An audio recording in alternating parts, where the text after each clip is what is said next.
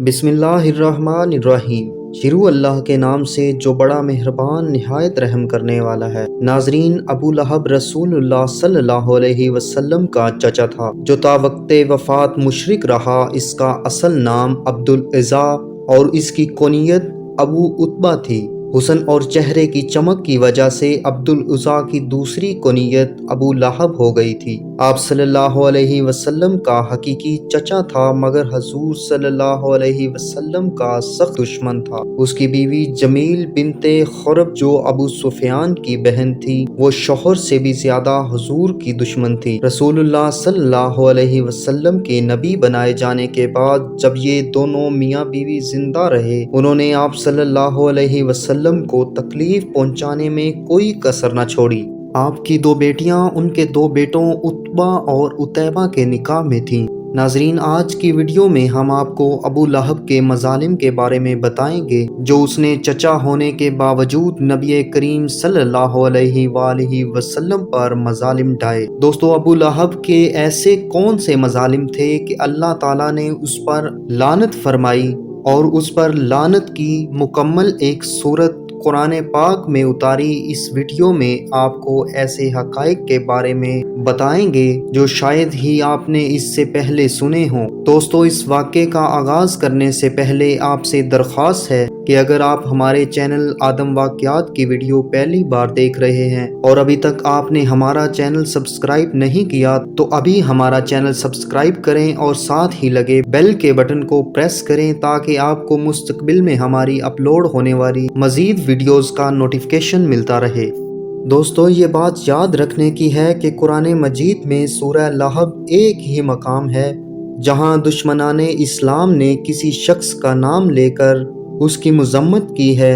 حالانکہ مکے میں بھی اور ہجرت کے بعد مدینے میں بھی بہت سے لوگ ایسے تھے جو اسلام اور حضرت محمد صلی اللہ علیہ وسلم کی عداوت میں ابو لہب سے کسی طرح کم نہ تھے۔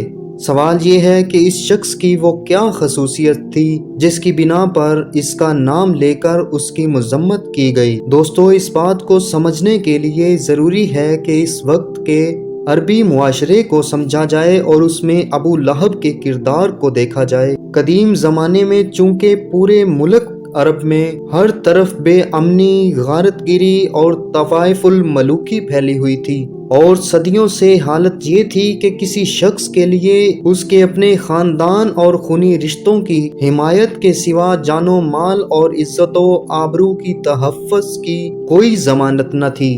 اس لیے عربی معاشرے کی اخلاقی قدروں میں صلح رحمی یعنی رشتہ داروں کے ساتھ حسن سلوک کو بڑی اہمیت حاصل تھی اور قطع رحمی کو بہت بڑا پاپ سمجھا جاتا تھا۔ عرب کی انہی روایات کا یہ اثر تھا کہ حضرت محمد صلی اللہ علیہ وسلم جب اسلام کی دعوت لے کر اٹھے تو قریش کے خاندانوں اور ان کے سرداروں نے تو محمد صلی اللہ علیہ وسلم کی شدید مخالفت کی، مگر بنی ہاشم اور بنی مطلب ہاشم کے بھائی مطلب کی اولاد نے نہ صرف یہ کہ آپ کی مخالفت نہیں کی بلکہ وہ کھلم کھلا آپ کی حمایت کرتے، حالانکہ ان میں اکثر لوگ آپ کی نبوت پر ایمان نہیں لائے تھے۔ قریش کے دوسرے خاندان خود بھی حضرت محمد صلی اللہ علیہ وسلم کے ان خونی رشتہ داروں کی حمایت کو عرب کی اخلاقی روایات کے عین مطابق سمجھتے تھے۔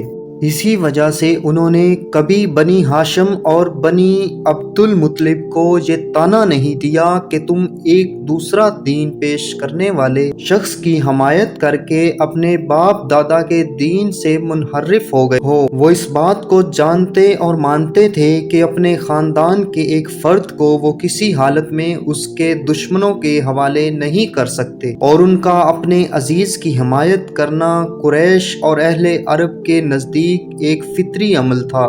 دوستو، اس اخلاقی اصول کو جسے زمانہ جاہلیت میں بھی عرب کے لوگ واجب الاحترام سمجھتے تھے، صرف ایک شخص نے اسلام دشمنی میں توڑ ڈالا اور وہ تھا ابو لہب بن عبد المطلب۔ یہ محمد صلی اللہ علیہ وسلم کا چچا تھا، محمد صلی اللہ علیہ وسلم کے والد ماجد، اور یہ ایک ہی باپ کے بیٹے تھے۔ عرب میں چچا کو باپ کی جگہ سمجھا جاتا ہے، خصوصاً جب بھتیجے کا باپ وفات پا چکا ہوگا۔ معاشرے میں چچا سے یہ توقع کی جاتی تھی کہ وہ بھتیجے کو اپنی اولاد کی طرح عزیز رکھے گا، لیکن اس شخص نے اسلام کے دشمنی اور کفر کی محبت میں ان تمام عربی روایات کو پامال کر دیا۔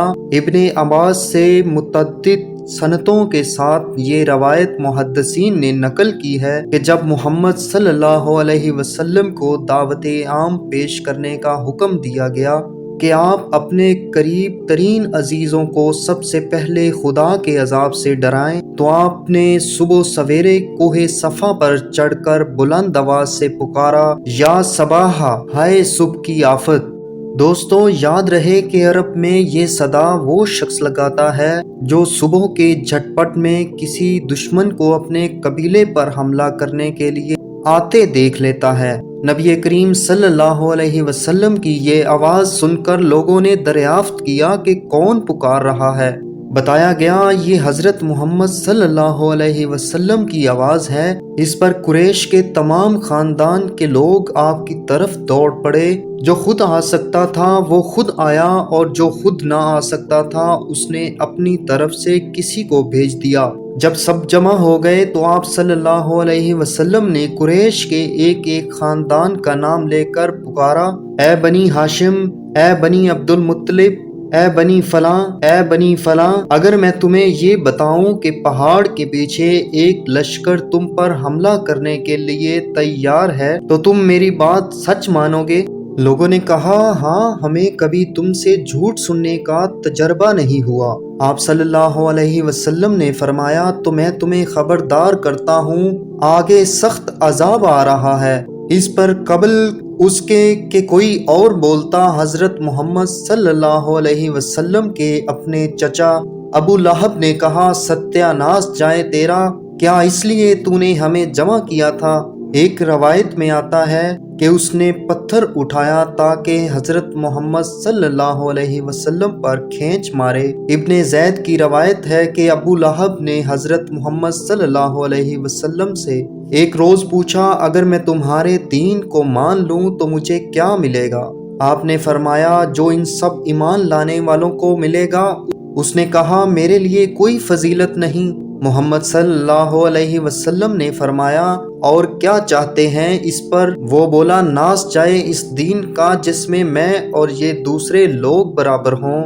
پیارے دوستوں، کہتے ہیں کہ مکے میں ابو لہب حضرت محمد صلی اللہ علیہ وسلم کا قریب ترین ہمسایہ تھا۔ دونوں کے گھر ایک دیوار کے بیچ واقع تھے۔ اس کے علاوہ حکم بن عاص مروان کا باپ، عقبہ بن ابی معیط، عدی بن خمرہ اور ابن السطا الحزلی بھی آپ کے ہمسائے تھے۔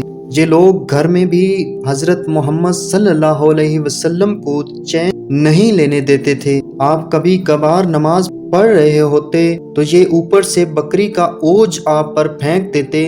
کبھی صحن میں کھانا پک رہا ہوتا تو یہ ہنڈیاں پر غلاظت پھینک دیتے۔ حضرت محمد صلی اللہ علیہ وسلم باہر نکل کر ان لوگوں سے فرماتے، اے بنی عبد المناف، یہ کیسی ہمسائیگی ہے؟ ابو لہب کی بیوی ام جمیل نے تو یہ مستقل وتیرہ ہی اختیار کر رکھا تھا کہ راتوں کو آپ کے گھر کے دروازے پر خاردار جھاڑیاں لا کر ڈال دی تاکہ صبح سویرے آپ یا آپ کے بچے باہر نکلیں تو کوئی کانٹا پاؤں میں چبھ جائے۔ ناظرین، یاد رہے کہ نبوت سے پہلے حضرت محمد صلی اللہ علیہ وسلم کی دو صاحبزادیاں ابو لہب کے بیٹوں عتبہ اور عتیبہ سے بیاہی ہوئی تھیں۔ اظہار نبوت کے بعد جب حضرت محمد صلی اللہ علیہ وسلم نے اسلام کی طرف دعوت دینی شروع کی تو اس شخص نے اپنے دونوں بیٹوں سے کہا، میرے لیے تم سے ملنا حرام ہے اگر تم محمد صلی اللہ علیہ وسلم کی بیٹیوں کو طلاق نہ دے دو۔ چنانچہ دونوں نے طلاق دے دی، اور عتیبہ تو اور جہالت میں اس قدر آگے بڑھ گیا کہ ایک روز حضور کے سامنے آ کر اس نے اسلام لانے سے انکار کر دیا، اور یہ کہہ کر اس نے حضرت محمد صلی اللہ علیہ وسلم کی طرف تھوکا جو آپ پر نہیں پڑا۔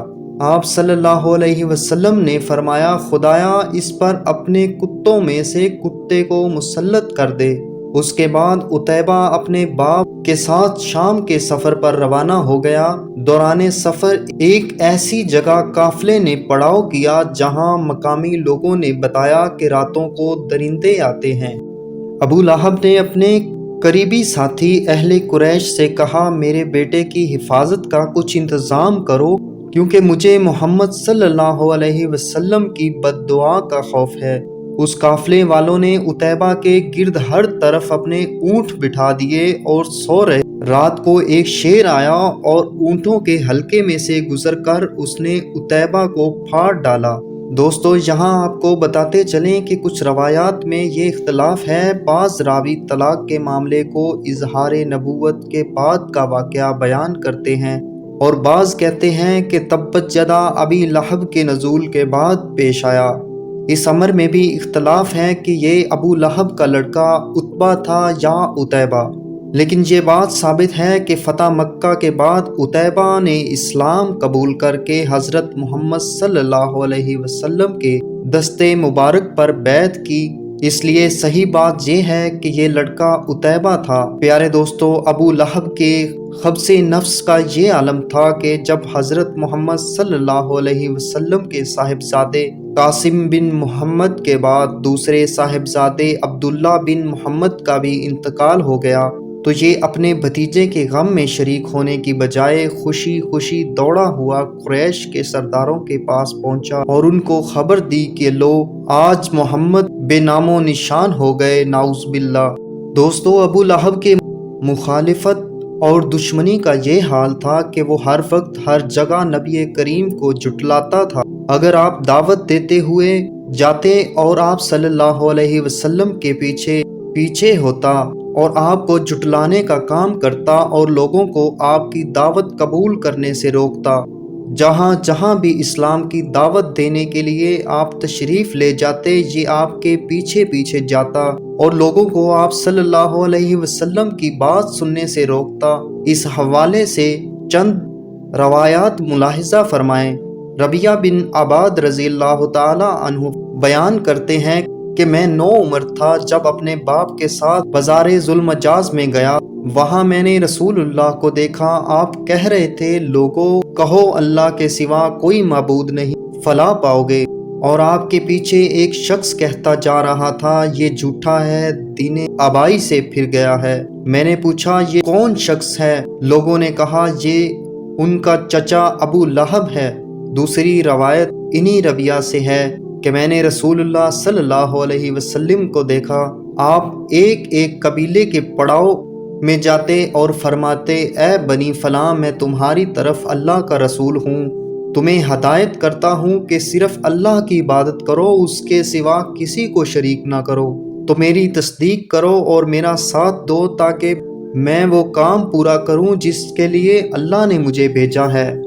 آپ صلی اللہ علیہ وسلم کے پیچھے پیچھے ایک اور شخص آتا اور وہ کہتا، اے بنی فلاں، یہ تم کو لات و عزا سے پھیر کر اس بدعت اور گمراہی کی طرف لے جانا چاہتا ہے جسے یہ لے کر آیا ہے، اس کی بات ہرگز نہ مانو اور اس کی پیروی نہ کرو۔ میں نے اپنے باپ سے پوچھا کہ یہ کون ہے؟ انہوں نے کہا، یہ ان کا چچا ابو لہب ہے۔ اسی طرح طارق بن عبداللہ المحاروی کی روایت ہے، اس سے ملتی جلتی۔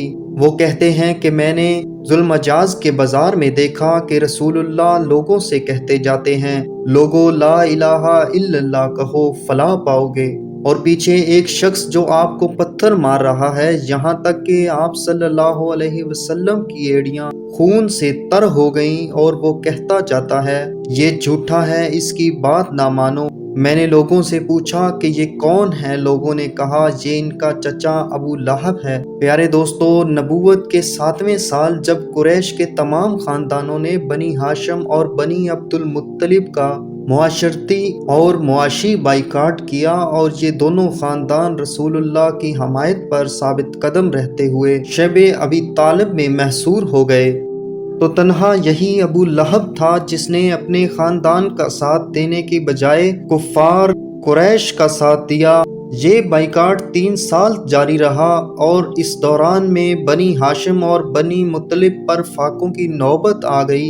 مگر ابو لہب کا یہ حال تھا کہ جب مکے میں کوئی تجارتی قافلہ آتا اور شیب ابی طالب کے محصورین میں سے کوئی خوراک کا سامان خریدنے کے لیے اس کے پاس آتا تو یہ تاجروں سے پکار کر کہتا کہ ان سے اتنی قیمت مانگو کہ یہ خرید نہ سکیں، تمہیں جو خسارہ بھی ہوگا اسے میں پورا کروں گا۔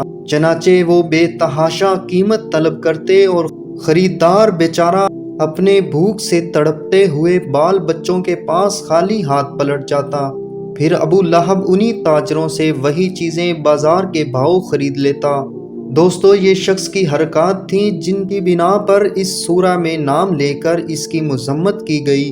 خاص طور پر اس کی ضرورت اس لیے تھی کہ مکے سے باہر کے اہل عرب جو حج کے لیے آتے یا مختلف مقامات پر لگنے والے بازاروں میں جمع ہوتے، ان کے سامنے جب رسول اللہ صلی اللہ علیہ وسلم کا اپنا چچا آپ کے پیچھے لگ کر آپ کی مخالفت کرتا تو وہ عرب کے معروف روایات کے لحاظ سے یہ بات خلاف توقع سمجھتے تھے کہ کوئی چچا بلا وجہ دوسروں کے سامنے خود اپنے بھتیجے کو برا بھلا کیوں کہے اور اسے پتھر مارے اور اس پر الزام تراشی کرے۔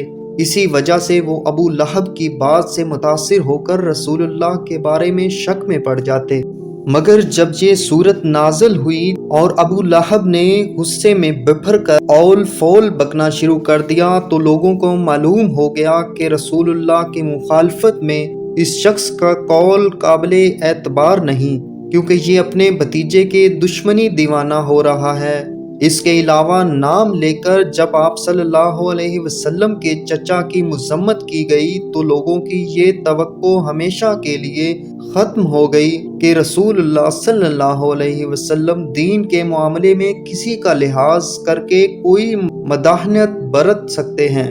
جب ایران رسول کے اپنے چچا کی خبر لے ڈالی تو لوگ سمجھ گئے کہ یہاں کسی لاگ لپٹ کی گنجائش نہیں۔ غیر اپنا ہو سکتا ہے اگر ایمان لے آئے اور اپنا غیر ہو جاتا ہے اگر کفر کرے، اس معاملے میں فلاں ابن فلاں کوئی چیز نہیں۔ پیارے دوستو، یاد رہے کہ ہمارے پیارے آقا نبی صلی اللہ علیہ وسلم اللہ تعالیٰ کی محبوب ترین ہستی ہیں، اور جب کوئی اللہ کے محبوب کو ستائے تو اللہ تعالیٰ کا ایسے شخص پر جو غصہ ہونا چاہیے اس کا اندازہ لگانا ہمارے لیے مشکل ہے۔ لیکن دوستو، اللہ کی اس غیظ و غضب کی ایک جھلک اس صورت میں دیکھی ہے جس میں اللہ تعالیٰ نے اپنے حبیب سے دشمنی کرنے والے پر لعنت و پھٹکار فرمائی ہے اور ہمیشہ کی بدبختی کو اس کا مقدر بنا دیا ہے۔ دوستو، جہاں تک بات ہے ابو لہب کے انجام کی تو کہتے ہیں سورہ لہب کے نازل ہونے کے چند سال بعد جنگ بدر میں جب قریش کے اکثر بڑے بڑے سردار قتل ہوئے تو ابو لہب کو اس قدر دکھ ہوا کہ 7 دن سے زیادہ زندہ نہ رہ سکا۔ اسے متعدی قسم کی بیماری لگی تھی۔ اس کے گھر والوں نے بھی اسے چھوڑ دیا۔ مرنے کے بعد بھی 3 دن تک اس کی میت گھر میں پڑی رہی، بدبو پھیلنے لگی تو اس کے بیٹے نے چند حبشیوں کو بلا کر اسے دفنا دیا۔ دوستو، یاد رہے کہ اللہ اور اللہ کے رسول کے دشمنوں کا انجام ایسا ہی ہوا کرتا ہے۔ ہم یہ امید کرتے ہیں کہ آپ کو ہماری آج کی یہ ویڈیو ضرور پسند آئی ہوگی۔ اگر آپ کو ہماری آج کی یہ ویڈیو پسند آئی ہے تو سب سے پہلے اس کو لائک کریں، اپنی رائے کا اظہار